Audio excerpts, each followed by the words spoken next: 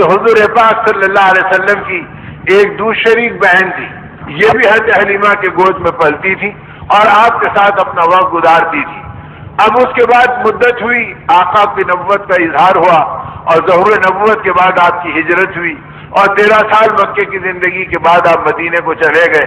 ادھر لوگوں نے حضرت شیمہ سے پوچھا کہ شیمہ تمہارا ایک دوسرا شریک بھائی تھا اور ان کا نام محمد ابن عبداللہ تھا، تمہیں یاد بھی ہے؟ اس نے کہا کہ خوب یاد ہے، ہم بچپن میں حلیمہ کے گود میں کھیلا کرتے تھے اور ایک دوسرے سے اپنا دل بہلایا کرتے تھے۔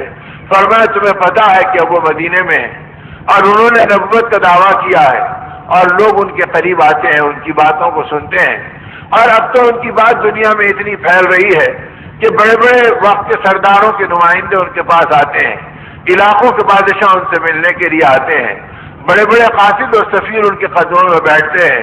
تجھے بھی کبھی اندازہ ہوا کہ تو اپنے بھائی کو سے ملاقات کرے اور دیکھے کہ وہ تجھے پہچانتا بھی ہے یا نہیں پہچانتا ہے؟ شیمہ کہتی ہے میرے دل میں گدگداہٹ پیدا ہوئی اور میرا جی چاہا کہ چلو اپنے بھائی سے ایک ملاقات تو کروں، جن کے اتنے چرچے سن رہی ہوں، تذکرے میرے کانوں میں پڑ رہے ہیں۔ جب میں نے جانے کا ارادہ کیا تو ایک ٹولی عورتوں کی تیار ہوئی میرے سہیلیوں کی، انہوں نے کہا کہ شیمہ اگر تم جا رہی ہو تو ہم بھی تمہارے ساتھ مدینے کو چلیں گے اور وہاں کے ماحول کو دیکھیں گے اور تمہارے سفر کے ساتھی بنیں گے۔ کہتی ہے کہ میں اپنے سہیلیوں کو لے کر مدینہ طیبہ اونٹوں کا قافلہ تیار کیا اور سفر کیا، اور جب مدینہ طیبہ کی سرحد پہ پہنچے تو صحابہ کرام کا وہ طبقہ جو گشت کر رہا تھا اور مدینے کے حدود کی حفاظت کر رہا تھا، انہوں نے دیکھا کہ کچھ اجنبی عورتیں ہیں اور ان کا لباس بھی مدینہ طیبہ کے لباس سے جداگانہ ہے اور وہ چلے آ رہے ہیں۔ تو انہوں نے قافلے کو روکا اور پوچھا کہ تم کون ہو اور کہاں سے آئے ہو اور کس سے ملنے کے لیے آئے ہو؟ تو وہ عورتیں گھبرا گئیں، لیکن شیمہ ان میں بے باک خاتون تھی۔ اس نے آگے آواز بلند کہا کہ دور ہٹ جاؤ اور ہم سے کچھ مت پوچھو اور جاؤ اور اپنے نبی سے کہنا کہ تمہاری بہن شیمہ تم سے ملنے کے لیے آئی ہے۔ صحابہ حیرت میں پڑ گئے کہ ہمارے آقا کی کوئی بہن ہے اور وہ مکے میں رہتی ہے اور وہ اپنے نبی سے ملنے کے لیے، اپنے بھائی سے ملنے کے لیے آئی ہے، لیکن ادب کے مارے انہوں نے شیمہ کے قافلے کو کچھ نہیں پوچھا، پیچھے ہٹ گئے اور سیدھے حضور پاک صلی اللہ علیہ وسلم کے قدموں میں آئے اور کہا اللہ کے نبی ایسے ایسے عورتوں کا قافلہ آیا ہے۔ ہم نے انہیں روکا اور پوچھا اور جاننا چاہا کہ تم کون ہو، تو یہ خاتون ان میں بے باک ہے۔ اس نے بآواز بلند کہا کہ دور ہٹ جاؤ اور ہم سے کچھ مت پوچھو، اپنے نبی سے جا کے کہہ دو کہ تمہاری بہن شیمہ تم سے ملنے کے لیے آئی ہے، اگر وہ اجازت دے تو ہم آ رہے ہیں ورنہ ہم پلٹ جائیں گے۔ یہ سنتے ہی صحابہ کہتے ہیں کہ آقا بےتاب ہو گئے، چہرہ بے چین ہو گیا، آنکھوں میں آنسو محبت سے چمکنے لگے۔ فرمایا بے شک وہ میری بہن ہے، اسے پورے اکرام کے ساتھ لاؤ اور کوئی دل آزاری کا معاملہ مت ہونے دو اور جاؤ اور ان کو اہتمام سے لاؤ۔ اب وہ صحابہ کا قافلہ گیا اس عورتوں کی اس آنے والی جماعت کو اور لانے کے لیے۔ ادھر آپ نے فرمایا کہ مسجد نبی کے صحن کو صاف کرو، اسے جھاڑو دے دو اور اپنے گھر والوں سے کہا کہ جو اچھی چادریں ہیں بھیج دو تاکہ میں اپنے بہن کا استقبال کروں اور اس کے ساتھ اکرام کا معاملہ کروں۔ حضرت شیمہ کہتی ہے جب ہم پہنچے تو مسجد نبی کے صحن کے قریب تو میں نے دیکھا کہ آقا سے محبت کرنے والوں کا ایسی محبت ہے کہ دنیا میں کبھی ایسی محبت کو سوچا بھی نہیں جا سکتا اور دیکھا بھی نہیں جا سکتا۔ آقا ایک طرف دیکھتے ہیں تو صحابہ آپ کے چہرے انور کو دیکھتے ہیں، جب آقا ان کی طرف پلٹتے ہیں تو ادب سے نگاہیں گر جاتی ہیں اور آنکھیں جھک جاتی ہیں، وہ اپنے نبی سے آنکھ میں آنکھ ملانے کو تیار نہیں ہے۔ ایسی ادب کا نمونہ صحابہ کرام نے دیا ہے کہ حضور اکرم صلی اللہ علیہ وسلم کی دنیا سے پردہ فرمانے کے بعد جب صحابہ سے لوگ پوچھتے کہ آقا کا حلیہ مبارک بیان کرو تو ایک بڑا طبقہ تھا جن کی چیخیں نکل جاتی تھی اور رو کے ان کا بدن کانپ جاتا تھا اور کہتے تھے کہ اپنے نبی کی عظمت میں کبھی جی بھر کے دیکھنے کا موقع نہیں ملا تو ہم کہاں سے آقا کا حلیہ بیان کر سکیں۔ یہ تو ابوبکر عمر کا مقام تھا جو آقا کے قریب بیٹھتے تھے اور آقا کے چہرے انور کے فیض سے گویا براست استفادہ کرتے تھے، ورنہ ہمارے میں مجال بھی نہیں تھی۔ جب آقا کسی اور طرف دیکھتے تو ہم دبی آنکھوں سے آپ کو دیکھ لیتے، جب آقا ہماری طرف متوجہ ہوتے تو ادب سے ہماری نگاہیں جھک جایا کرتی تھی۔ اب یہ منظر شیما دیکھ رہی ہے کہ اوہو محبت کے ایسے مناظر ہوتے ہیں، اور میرے بھائی کا اتنا اونچا مقام ہے کہ بڑے بڑے سفیر و قاصد بیٹھے ہیں اور علاقوں کے سردار بیٹھے ہیں، اور ادب کے مارے ان کے بدن میں حرکت بھی نہیں ہو رہی ہے۔ اگر آپ کچھ پوچھتے تو جواب دیتے ہیں، پھر اپنی جگہ خاموش ہوتے ہیں۔ تو فرمایا میرے بھائی کا روب مجھ پہ پڑنے لگا اور دبدبے سے میری طبیعت میں ایک قسم کی ہیبت ہونے لگی۔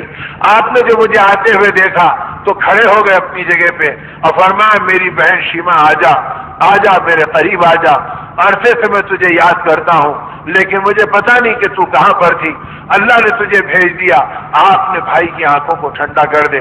میں گھبراتے ہوئے آگے بڑھنے لگی۔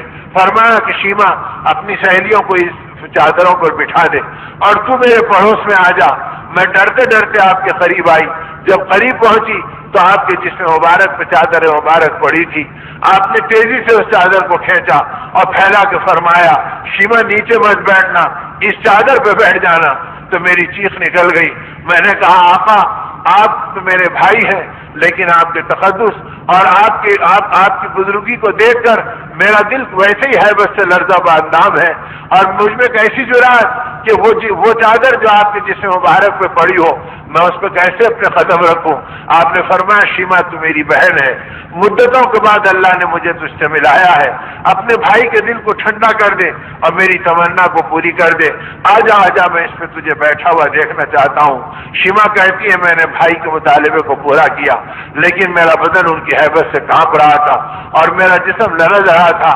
آپ نے فرمایا شیما یاد کرو اس زمانے کو جبکہ حلیمہ کے گود میں تم اور ہم کھیلا کرتے تھے، تم دور تک جاتے تھے، میری محبت میں دوڑے ہوئے آتے تھے کہ میں سلامت ہوں یا مجھے کسی جانور نے پکڑ تو نہیں لیا، مجھ سے کھیلتے تھے اور دل بہلاتے تھے۔ شیما تمہیں یاد ہے ایک مرتبہ محبت میں تم نے میری کونی کے اوپر اور مونڈے کے نیچے میرے حصے کو تم نے اس بدن کے تم نے اپنے دانتوں سے کترا تھا، آج تک وہ دانتوں کے نشان موجود ہیں۔ جب تم یاد آتے ہیں تو میں اسے پیار کر کے تمہاری محبت کی تسکین کا سامان کرتا ہوں۔ شیما کہتی ہے میرا کلیجہ پگھلنے لگا اور میرا دل بے قرار ہو گیا کہ کیسا محبت والا بھائی ہے کہ ان مشاغل کے بیچ میں وہ میری محبتوں کو یاد کرتا ہے اور میرا اتنا خیال کرتا ہے۔ شیما کہتی ہے کہ آقا کے اخلاق کو دیکھ کر، ان کی محبتوں کے نظاروں کو دیکھ کر میرا دل اتنا پگھلا کہ میں نے کہا کہ آئی تو تھی میں اپنے بھائی سے ملنے کے لیے اور ابن عبداللہ کو دیکھنے کے لیے، لیکن دل بے قرار ہے باپ کو محمد رسول اللہ پکارنے کے لیے۔ آپ وہ ایمان کا کلمہ مجھے بھی پڑھا لیجئے اور اپنی غلامی میں مجھ کو بھی داخل کر لیجئے۔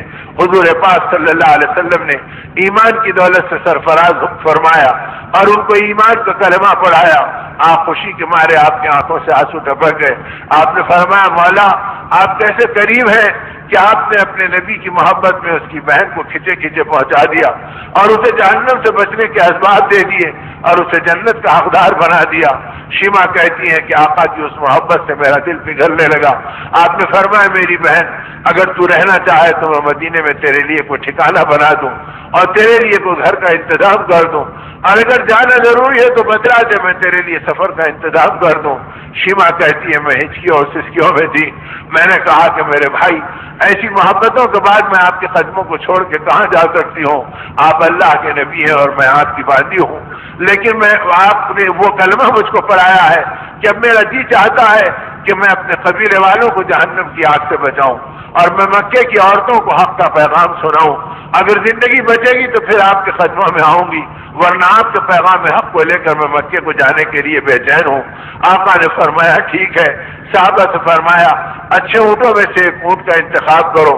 پھر آپ ہی نے اس انتخاب کو اپنی نگاہوں سے کیا، اس اونٹنی کو لایا، اپنے ہاتھوں سے اس کا کجاوا کسا اور اس کے رکاب ڈالے اور فرمایا کہ شیما اس کے اوپر بیٹھ جا۔ جب شیما کو بیٹھنے میں تکلف ہوا تو فرمایا بہن اس میں تجھے تکلیف ہوگی، میں بیٹھ جاتا ہوں، تو میرے کاندھوں پہ پیر رکھ کر اس کے اوپر چڑھ جا۔ شیما کی چیخ نکل گئی۔ اس نے کہا آقا اتنی بڑی گستاخی میں کہاں سے کروں کہ آپ کے مبارک کاندھوں پر اور یہ گناہگار قدم کیسے پڑیں گے؟ فرمایا شیما تم میری بہن ہو، اپنے بھائی کے دل کو ٹھنڈا کرو، پتہ نہیں پھر یہاں ملو گی یا آخرت میں ملو گی، کم از کم مجھے سکون تو ہوگا کہ میں نے اپنے بہن کے ساتھ کچھ سلوک کیا، کچھ محبت کا معاملہ کیا۔ آپ نے محبت کے ساتھ اپنے کاندھوں پہ بٹھا کر ان کو اونٹ کی پیٹھ پہ سوار کروایا، اور جب وہ اونٹ کی پیٹھ پہ بیٹھ گئے تو فرمایا کہ آپ نے آواز لگائی اور گھرانے نبوت میں اعلان کیا کہ جو چیز تمہیں محبوب ہے اور جو تم دینا پسند کرتی ہو لاؤ تاکہ میں اپنے بہن کو ہدیے میں دے دوں۔ اتنے ہدایت دیے کہ اونٹنی کی پوری پیٹھ ہدایت سے لد گئی اور تحائف سے بھر گئی، اور پھر اس کے بعد آپ نے اونٹنی کی نکیل پکڑی اور مجھے اسلام کی باتیں سمجھانا شروع کی، اور جب اونٹنی کو لے کے چلنے لگے شیما کہتی ہیں پھر میری چیخ نکلی، میں نے کہا یا نبی اللہ آپ ٹھہر جائیے اور مجھے رخصت کر دیجیے، اور اگر آپ چلنے کا ارادہ کرتے ہیں تو میں اتر جاتی ہوں اور آپ بیٹھ جائیے۔ فرمایا میری بہن بیٹھے رہی ہو، اپنے نبی کو جی بھر کر اپنی بھائی کو دیکھ لینے دو اور اپنی آنکھوں کو ٹھنڈا کرنے کا موقع دو۔ مجھے اترنے نہیں دیا، یہاں تک کہ مسجد نبی سے مسجد قباء تک 3 میل کا راستہ رسول پاک صلی اللہ علیہ وسلم نے پیدل چل کر اور اپنی بہن کو اونٹنی پہ سوار کرا کر ان کو رخصت کیا، اور وہاں سے پھر وہ آگے بڑھی۔ کہتی ہیں کہ میں بالکل بےتاب و بے قرار چلی، جب مکے میں داخل ہوئی تو مجھ کو عورتوں نے گھیر لیا کہ دن بہت ہو گئے، توقع سے زیادہ ہو گئے، ہم ڈر رہے تھے کہ تم کسی حادثے کا شکار ہو گئے یا نبی کی محبت میں تم وہیں ٹھہر گئے، پہلے یہ بتاؤ کہ تم نے اپنے بھائی کو کیسے پایا۔ شیما کہتی ہے کہ میری چیخیں نکل گئیں اور میں نے کہا میں قسم کھا کے کہتی ہوں زمین کی آنکھوں نے اور آسمان کے سائے نے آج تک ایسے بھائی کو نہیں دیکھا ہوگا جیسا بھائی محمد رسول اللہ صلی اللہ علیہ وسلم جیسا اللہ نے مجھے عطا فرمایا۔